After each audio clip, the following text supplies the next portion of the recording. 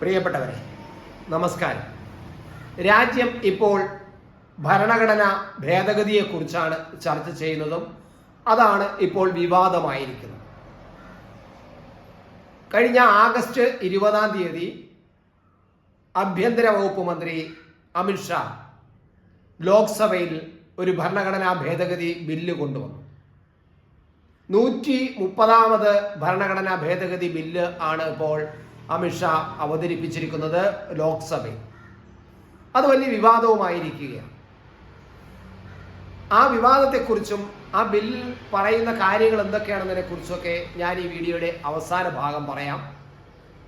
എന്നാൽ ഇപ്പോൾ നമുക്ക് ഈ ഭരണഘടനാ ഭേദഗതി എന്നത് എന്താണ്, എന്തിനാണ് ഈ ഭരണഘടനാ ഭേദഗതി കൊണ്ടുവരുന്നത്?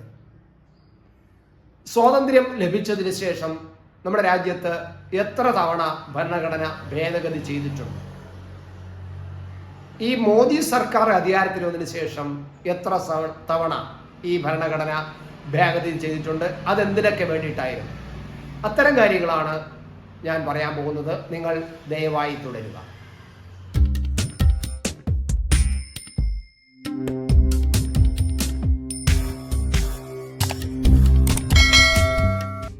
ഭരണഘടന ഭേദഗതി ചെയ്യുന്ന പ്രക്രിയയാണ് ഭരണഘടനാ ഭേദഗതി എന്ന് പറയുന്നത്. ആ പ്രക്രിയ രാജ്യത്തെ കാലഘട്ടത്തിനനുസരിച്ച് നമ്മുടെ ഭരണഘടനയിൽ ചില ആവശ്യങ്ങളും ഉണ്ടാകും, അല്ലെങ്കിൽ അതനുസരിച്ച് ഭരണഘടനയിൽ ചില മാറ്റങ്ങൾ വരേണ്ട ആവശ്യകത ഉണ്ടാകും. അങ്ങനെ വരുമ്പോഴാണ് ഭരണഘടന ഭേദഗതി ചെയ്യാൻ തീരുമാനിക്കുന്നത്. അതിന് പ്രത്യേക വ്യവസ്ഥ തന്നെ 368 ഭാഗത്ത്, ഭരണഘടനയുടെ 368 ഭാഗത്ത് ചില വ്യവസ്ഥകൾ തന്നെ അതിനുവേണ്ടി പറഞ്ഞിട്ടുമുണ്ട്. നമുക്ക് ആ ഭരണഘടന ഭേദഗതി ചെയ്യുമ്പോൾ വേണ്ട മാറ്റങ്ങൾ ഭരണഘടനയിൽ വരുത്താം. അതാത് നിയമത്തിന് ഏത് നിയമം അല്ലെങ്കിൽ ഏത് ക്ലോസിലേക്കാണ്, ഏത് ആർട്ടിക്കിളാണ് നമ്മൾ ഭരണഘടന ഭേദഗതി ചെയ്യാൻ പോകുന്നത്, അതിൽ കൂടുതൽ മാറ്റങ്ങൾ വരുത്താം, കൂടുതൽ കൂട്ടിച്ചേർക്കപ്പെടാം, ഉള്ള വ്യവസ്ഥകളെ വേണമെങ്കിൽ എടുത്തു കളയാം. പക്ഷെ ഇതെല്ലാം ഭരണഘടനയുടെ അടിസ്ഥാന തത്വങ്ങളെയും അതുപോലെ നമ്മുടെ പ്രാധാന്യത്തിനെയും കുറച്ചു കാണുന്ന തരത്തിൽ, തത്വങ്ങളെ, ഭരണഘടനയുടെ അടിസ്ഥാന തത്വങ്ങളെ ഇല്ലാതാക്കുന്ന തരത്തിലായിരിക്കരുത് എന്ന് പ്രത്യേകിച്ച് ഭരണഘടനയിൽ പറയുന്നുമുണ്ട്. ഈ ഭരണഘടനാ ഭേദഗതിയെക്കുറിച്ച് ഭരണഘടനാ നിർമ്മാണ അസംബ്ലി, അംബേദ്കറുടെ നേതൃത്വത്തിലുള്ള അസംബ്ലി നിരവധി തവണ വളരെയധികം ചർച്ചകൾ നടത്തിയിട്ടുണ്ട്. പല തവണ കൂടുകയും ഭരണഘടനയുടെ വ്യവസ്ഥകൾ പലതും കൊണ്ടുവരികയും ചെയ്തതിനു ശേഷം കാലഘട്ടം മാറുന്നതിനനുസരിച്ച് ഭരണഘടനയിൽ മാറ്റം വരുത്താനാകുമോ എന്നതും ചർച്ചയായി. അങ്ങനെയാണ് ഭരണഘടനാ ഭേദഗതി എന്ന ഒരു തത്വം അവർ ആവിഷ്കരിക്കുന്നതും. അത് ലോകത്തിലെ പല ഭരണഘടനകൾക്കും അത്തരത്തിലുള്ള ഭേദഗതികൾ ചെയ്യാനുള്ള സ്വാതന്ത്ര്യമുണ്ട്, അവർ ചെയ്യുന്നുമുണ്ട് കാലഘട്ടത്തിനനുസരിച്ച്. അപ്പോൾ നമ്മുടെ ഭരണഘടനയും അതനുസരിച്ച് കാലഘട്ടത്തിൻ്റെ ആവശ്യങ്ങളനുസരിച്ച് ഓരോ കാലഘട്ടം വരുമ്പോഴും ആധുനിക കാലഘട്ടം വരുന്ന തലമുറകളുടെ ആവശ്യങ്ങൾ പഴയ തലമുറകളുടെ ആവശ്യങ്ങളായിരിക്കില്ല. അങ്ങനെ വരുമ്പോൾ നമ്മുടെ നിയമവ്യവസ്ഥയിലും ഭരണഘടനയിലും ചില മാറ്റങ്ങൾ വരുത്തേണ്ടി വരും. അത് വളരെ നേരത്തെ തന്നെ നമ്മുടെ കോൺസ്റ്റിറ്റ്യൂഷണൽ അസംബ്ലി അതെല്ലാം കാര്യമായിട്ട് ചർച്ച ചെയ്തിട്ടുണ്ട്. എന്നാൽ അവർ പറഞ്ഞത് എങ്ങനെയൊക്കെ ആയിരുന്നാലും ഭേദഗതി ചെയ്യേണ്ടത് ഈ പാർലമെന്റിലെ ഏതെങ്കിലും ഒരു സഭയിൽ കൂടി ആയിരിക്കണം. ഏതെങ്കിലും ഒരു സഭയിൽ അതുമായി ബന്ധപ്പെട്ട ബില്ല് അവതരിപ്പിക്കണം. ആ ബില്ല് 2 സഭകളിലും അവതരിപ്പിക്കപ്പെടണം. 2 സഭകളിലും വെവ്വേറെ ഈ ബില്ല് പാസ്സാക്കിയെടുക്കണം.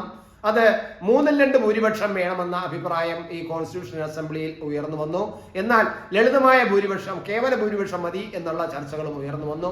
എന്നാൽ അത്തരം കാര്യങ്ങളൊക്കെ വ്യക്തമായ ഒരു വ്യവസ്ഥകൾ തന്നെ ഈ കോൺസ്റ്റിറ്റ്യൂഷണൽ അസംബ്ലി കൊണ്ടുവരികയും അങ്ങനെ പാർലമെന്റ് 2 സഭകളിലും ഭൂരിപക്ഷം കിട്ടി വിജയിച്ചു കഴിഞ്ഞാൽ അത് രാഷ്ട്രപതിയുടെ അംഗീകാരത്തിനകത്ത് വിടണം.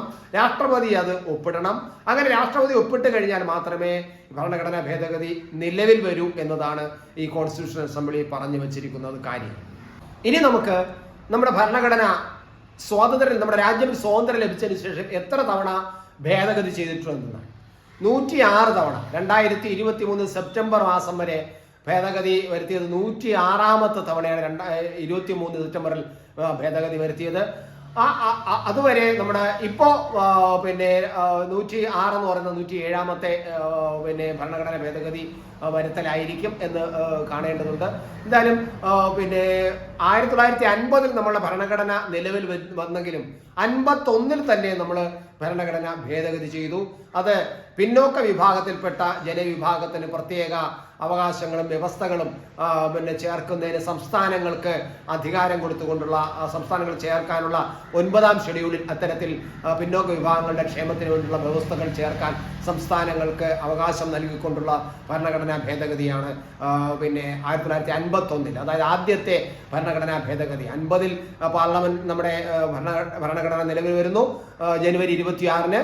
അത് കഴിഞ്ഞ് 51 തന്നെ ഭരണഘടന ഇത്തരം ഭേദഗതി വരുത്തുന്നു.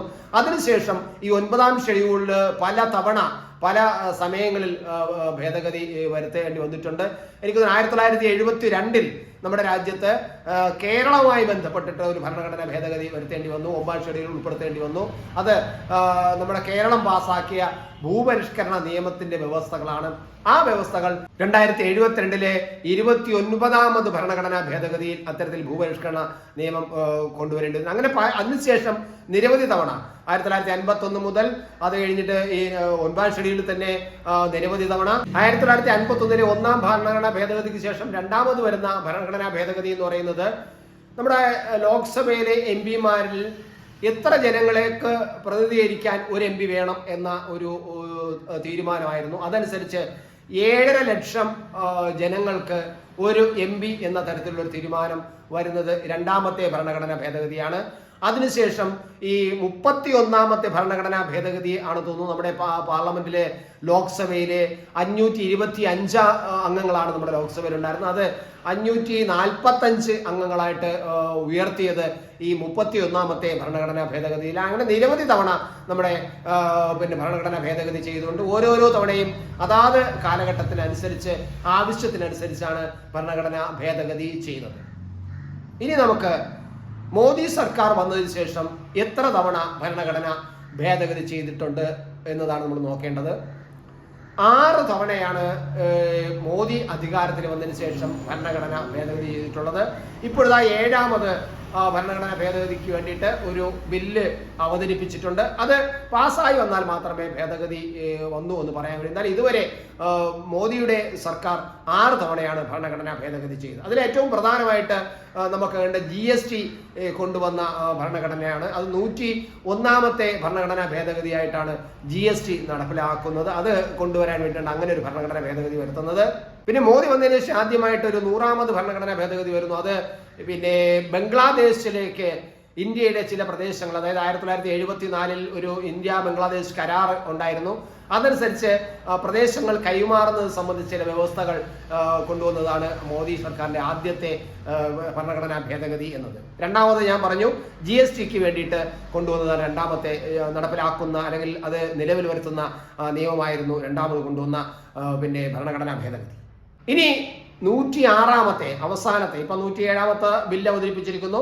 106ാമത്തേത് വനിതാ സംവരണ ബില്ല് കൊണ്ടുവന്നതാണ്. 1/3 സംവരണം ഏർപ്പെടുത്തിക്കൊണ്ടുള്ള ബില്ല് പാസാക്കിയതാണ് ഈ 106ാമത്തെ ഭരണഘടനാ ഭേദഗതി മോദിയുടെ സർക്കാരിന്റെ കാലത്ത് എന്നതാണ് നമ്മൾ കാണേണ്ടത്. ഇനി ഞാൻ പറയാൻ പോകുന്നത് ഈ ഇപ്പോൾ കൊണ്ടുവന്ന ഭരണഘടനാ ഭേദഗതിയിൽ എന്താണ് ഉദ്ദേശിക്കുന്നത്, എന്താണ് അതിൽ പറയുന്നത്. അതായത് അഴിമതിക്കെതിരായിട്ടുള്ള ഒരു പോരാട്ടം നടത്തുന്നു എന്ന തരത്തിലാണ് മോദി സർക്കാർ ഇപ്പോൾ ഈ 130ാമത് ഭരണഘടനാ ഭേദഗതി കൊണ്ടുവന്നിരിക്കുന്നത്.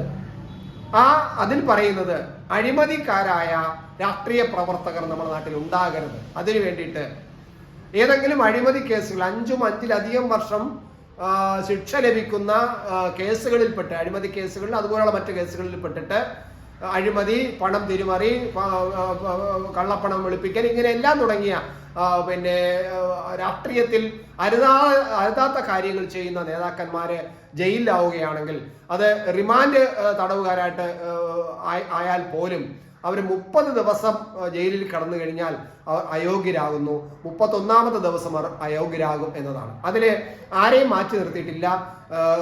രാജ്യത്തെ എല്ലാ സംസ്ഥാനങ്ങളിലെയും മന്ത്രിമാര്, മുഖ്യമന്ത്രിമാര്, രാജ്യത്തിന്റെ പ്രധാനമന്ത്രി പോലും അതിൽ നിന്നും ഒഴിവാക്കിയിട്ടില്ല. പ്രധാനമന്ത്രി അഴിമതി കാണിച്ച് 30 ദിവസം ജയിലിൽ കിടക്കുകയാണെങ്കിൽ അയാളെയും അയോഗ്യനാക്കും എന്നതാണ് ഈ ബില്ലിൽ പറയുന്ന ഏറ്റവും പ്രധാനം. ഇത് പ്രതിപക്ഷം ശക്തമായി എതിർക്കുന്നു. പ്രതിപക്ഷം എതിർക്കാൻ കാരണം പ്രതിപക്ഷത്തിന്റെ ഭയമാണ്. കാരണം ഈ നിയമം ദുരുപയോഗം ചെയ്തിട്ട് പ്രതിപക്ഷത്തിനെതിരായിട്ട് പ്രതിപക്ഷ പാർട്ടിയിൽപ്പെട്ട സംസ്ഥാനങ്ങൾ ഭരിക്കുന്ന മന്ത്രിമാർക്കും മുഖ്യമന്ത്രിമാർക്കും എതിരായിട്ട് ഇത് ഉപയോഗിക്കുമെന്നും അവരെ മനഃപൂർവ്വം അധികാരത്തിൽ നിന്നും പുറത്താക്കാൻ വേണ്ടി ജനങ്ങൾ തിരഞ്ഞെടുത്ത മന്ത്രിസഭയെ വളരെ എളുപ്പത്തിൽ പുറത്താക്കാൻ, പിൻവാതിലിൽ കൂടെ പുറത്താക്കാൻ ശ്രമിക്കുന്ന ഒരു കുതന്ത്രമാണ് ഈ ബില്ലെന്നാണ് പ്രതിപക്ഷങ്ങൾ പറയുന്നത്. അതുകൊണ്ടാണ് അവർ ലോക്സഭയിൽ ഈ ബില്ല് വലിച്ചു കയറി ശക്തമായിട്ട് പ്രതിഷേധിച്ചത്. അവരിപ്പോൾ പാർലമെന്റ് പുറത്തും അത്തരം പ്രതിഷേധങ്ങൾ മുന്നോട്ട് കൊണ്ടുപോകാനാണ് നടക്കുന്നത്. പല കേസുകളും അങ്ങനെയാണ്. ഇപ്പോൾ അരവിന്ദ് കെജ്രിവാൾ കുറെ കാലം ജയിലിൽ കിടന്ന് നമുക്കറിയാം. മദ്യ നിയമം കൊണ്ടുവന്നതിന്റെ ഭാഗമായിട്ട് അഴിമതി ആരോപിച്ചുകൊണ്ട്. അതുപോലെ സോറൻ മുഖ്യമന്ത്രി ജയിലിലായതും, പക്ഷെ അയാള് ജയിലിലാവുന്നതിന് വരെ രാജിവെച്ചിരുന്നു.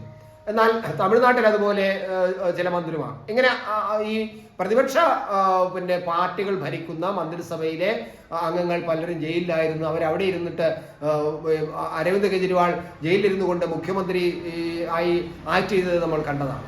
അന്ന് ഒരു ധാർമ്മികത ഉണ്ടെങ്കിൽ രാജിവെക്കണമെന്ന് പല കോണുകളിൽ നിന്നും അഭിപ്രായം ഉയർന്നെങ്കിലും അരവിന്ദ് കെജ്രിവാൾ അത് ചെയ്തിട്ടില്ല. ഇപ്പോൾ അത് നിയമമായിട്ട് കൊണ്ടുവരാനാണ് ശ്രമിക്കുന്നത്. ഇതിൽ എങ്ങനെ ആയിരിക്കും ഇതിൽ ഈ കാണുന്ന ഭരണകക്ഷി കാണുന്ന ശരിയായ രീതി നേരെ ചൊവ്വേ നടക്കുമോ എന്നുള്ള സംശയം നമ്മുടെ നാട്ടിലുണ്ട്. കാരണം പല അഴിമതിക്കാരും രാഷ്ട്രീയക്കാരായ പല അഴിമതിക്കാരും അവർക്കെതിരെ കേസ് വന്ന് അവരെ കസ്റ്റഡിയിലെടുത്ത് ഒക്കെ ചെയ്യുന്നതിന് മുമ്പ് ആകുമ്പോൾ അവർ പലരും BJP-യിലേക്ക് ചേക്കേറിയപ്പോൾ അവരുടെ കേസെല്ലാം തേച്ചുമാച്ച് കളഞ്ഞ കാര്യങ്ങൾ പ്രതിപക്ഷം ചൂണ്ടിക്കാട്ടുന്നുണ്ട്. അതെല്ലാം യാഥാർത്ഥ്യം തന്നെയാണ്. അപ്പോൾ ഈ ബില്ല് കൊണ്ടുവന്നത് രാഷ്ട്രീയ സംശുദ്ധിക്ക് വേണ്ടിയാണോ അതോ ഭരണകക്ഷിയുടെ നിലനിൽപ്പിന് വേണ്ടിയാണോ, പ്രതിപക്ഷ രാഷ്ട്രീയ നേതാക്കളെ ഭയപ്പെടുത്തുന്നതിനും സമ്മർദ്ദത്തിലാക്കാനും വേണ്ടിയാണോ എന്ന ചർച്ചയാണ് ഇപ്പോൾ നടക്കുന്നത്. എന്തായാലും നമുക്ക് കാണാം. എന്തായാലും JPC-ക്ക് ഈ ബില്ല് വിട്ടിട്ടുണ്ട്. JPC എന്ന് പറയുന്നത് രൂപീകരിച്ചിട്ടില്ല. ഓരോരോ കാലഘട്ടത്തിൽ അതാത് ആവശ്യത്തിന് വേണ്ടി രൂപീകരിക്കുന്നതാണ് JPC. ഇതൊരു താൽക്കാലിക സമിതിയല്ല. ഈ JPC എന്ന് പറയുന്നത് പാർലമെന്റ് അംഗങ്ങൾ അടങ്ങുന്നതാണ്. അതിനകത്ത് സ്പീക്കർ പറയുന്നവരാണ്. സ്പീക്കർ നിർദ്ദേശിക്കുന്ന 2 സഭകളിലെയും അംഗങ്ങൾ ഈ JPC-യിൽ ഉണ്ടാകും. ഏകദേശം 30ഓളം പേര് ഈ JPC-യിൽ ഉണ്ടാകാം സാധാരണ.